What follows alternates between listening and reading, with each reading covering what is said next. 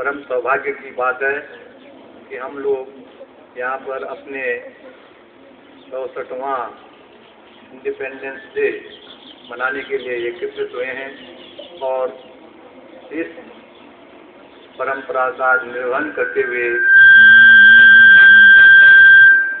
बहुत ही रुचिपूर्ण और बहुत ही सारगर्भित जो अपने प्रोग्राम यहाँ पर प्रस्तुत किए, उसके लिए मैं आप सब लोगों को बहुत बहुत बधाई देता हूँ।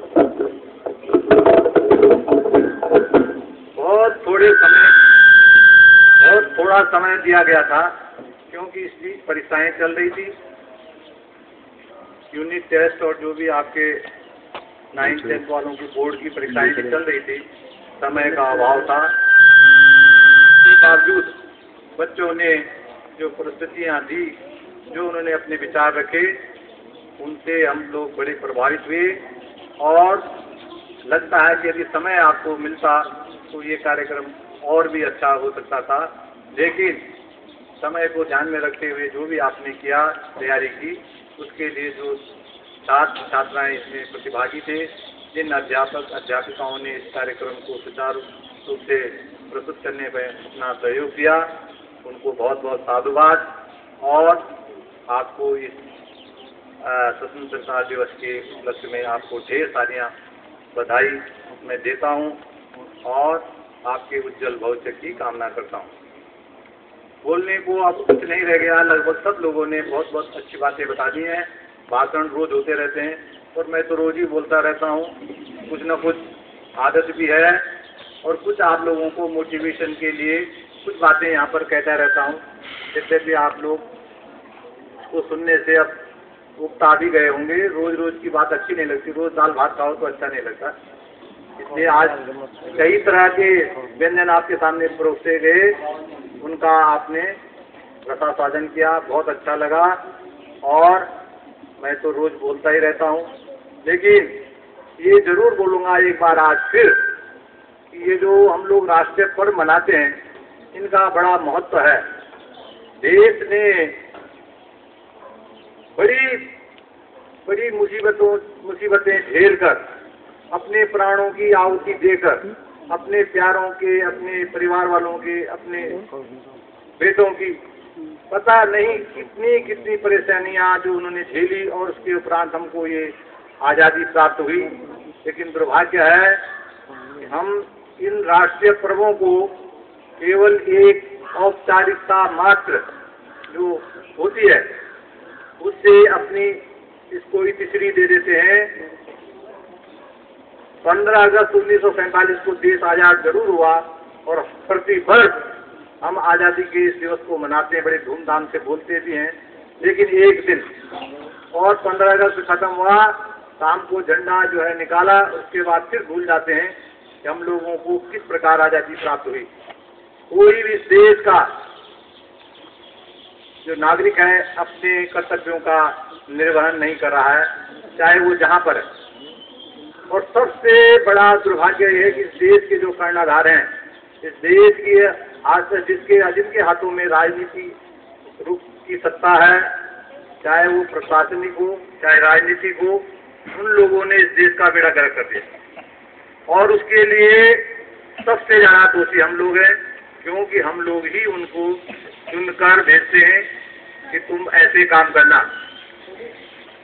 अगर हमने सही आदमियों को चुनकर भेजा होता प्रजातंत्र के माध्यम से, अपने वोट के माध्यम से, तो शायद ये दिन देखने को न मिलते जो हम लोग देख रहे हैं। तो सारे देश की जो दुर्दशा है वो आप लोगों के सामने है, नित्य समाचार पत्रों के माध्यम से, ये आपके इलेक्ट्रॉनिक मीडिया के माध्यम से, टीवी और जितने भी रेडियो के माध्यम से आप लोग रोज सुन रहे हैं देश का क्या हाल हो रहा है, क्या लूट खसोट हुई है, क्या लूट खसोट के द्वारा बंदरबाट हो रही है, वो सब आप लोगों को मालूम है। तो इसी के लिए हमारे पूर्वजों ने, हमारे नेताओं ने, हमारे वीर सपूतों ने अपनी जान नहीं दी थी कि इस देश का ये हाल होगा।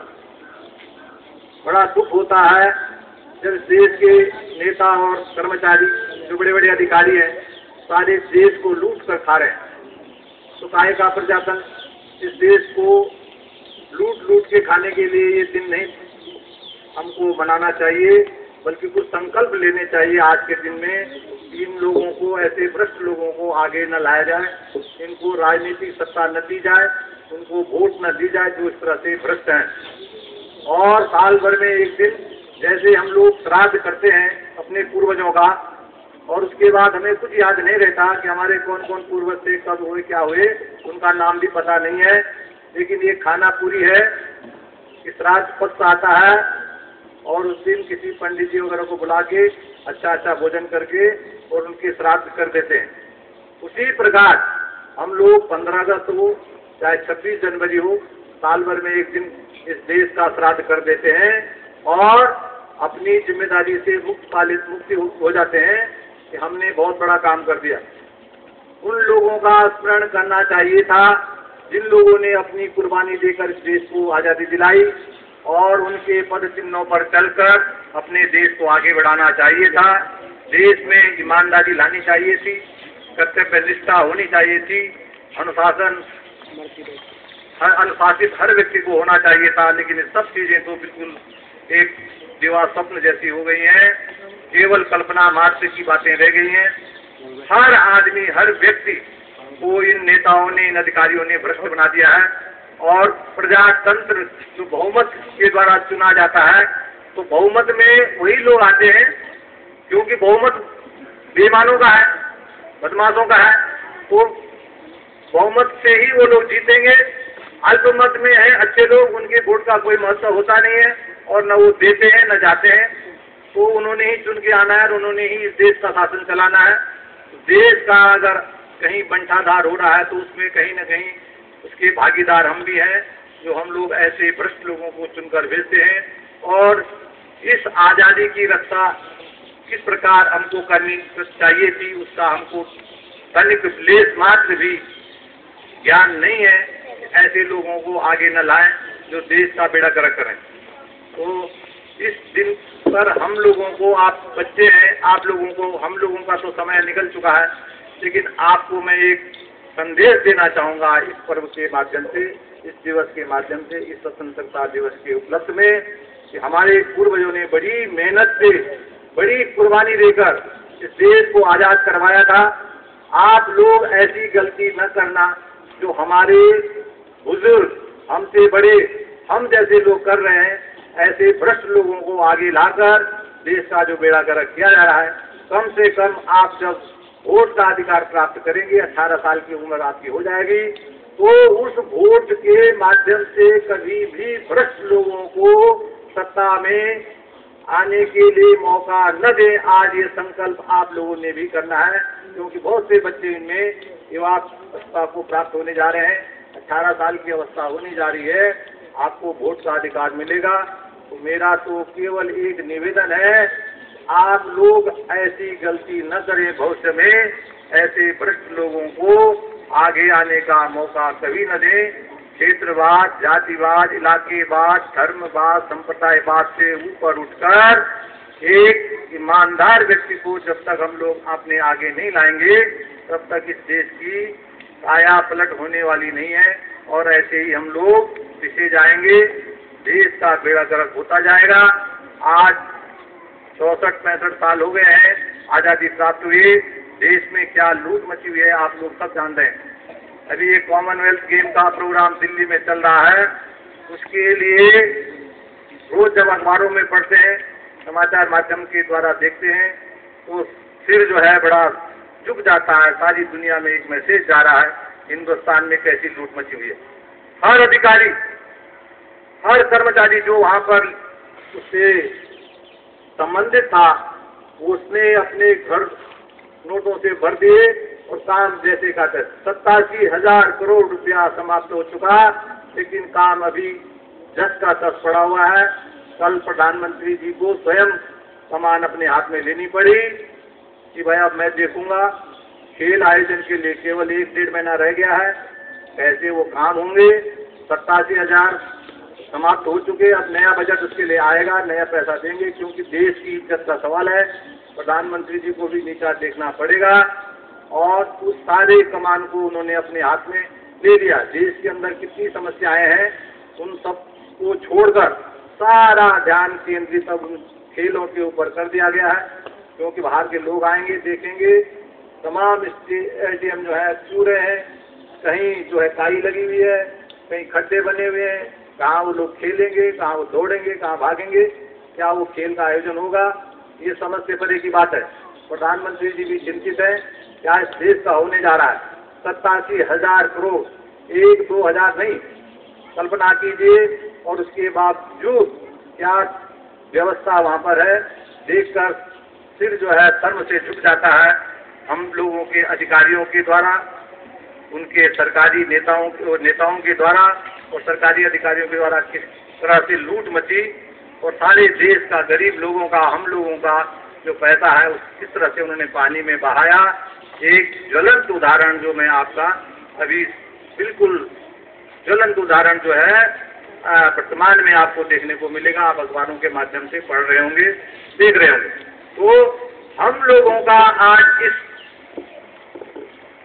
गणतंत्र दिवस के उपलक्ष्य में एक हम लोगों को संकल्प लेना चाहिए और मेरा ये संदेश है इन सब बातों को दुखी होकर, दुखी मन से कम आप लोग ऐसी गलती न करें, ऐसे भ्रष्ट लोगों को आगे लाकर इस देश की कमान, इस देश की सत्ता ऐसे लोगों में न आने पाए जो आजादी की महत्ता को न समझते हुए देश के तमाम संसाधनों का अपने निजी स्वार्थ के उपयोग के लिए सारे धन को अपने घरों में लाकर अपने बैंक खातों में जमा करके देश का सत्यानाश करने में लगे हैं। ऐसे लोग फिर से ना आए।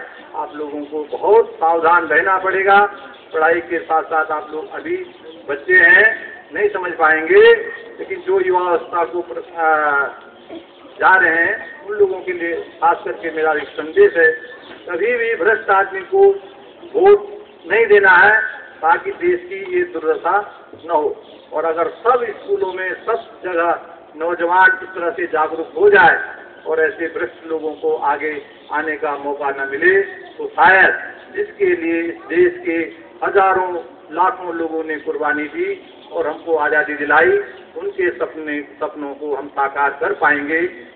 इसी का एक मंत्र आपको बताया है, यदि आप उस पर थोड़ा सा गंभीरतापूर्वक विचार करेंगे तो मेरी बात को ध्यान से सुनना होगा आपने और आगे उस पर अमल करने की कोशिश करेंगे।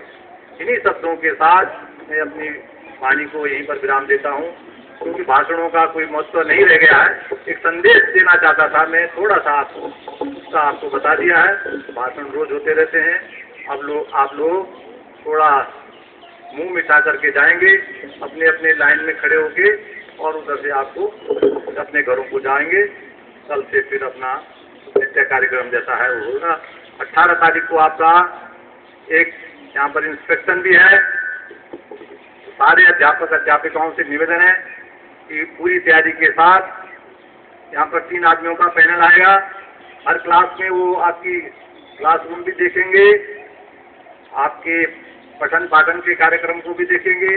हर बच्चे को साफ सुथरा होके, नहा धो के और बिल्कुल अपनी कापी किताबों पर चित्र लगा के काम बिल्कुल सही चेक हुआ हो, सारा बिल्कुल अप टू डेट जिसको बोलते हैं, तो वो सब होना चाहिए। कोई भी आके आपकी कॉपी देखेगा, आपकी क्लास देखेगा, आपका पठन पाठन का कार्यक्रम देखेगा। 18 तारीख आपको बताया है, इसके लिए भी आपको तैयारी करनी है। तो अब बहुत ज़्यादा आपका समय नहीं लेंगे, आप लोग भी थक गए हैं। जय हिंद, जय उत्तराखंड।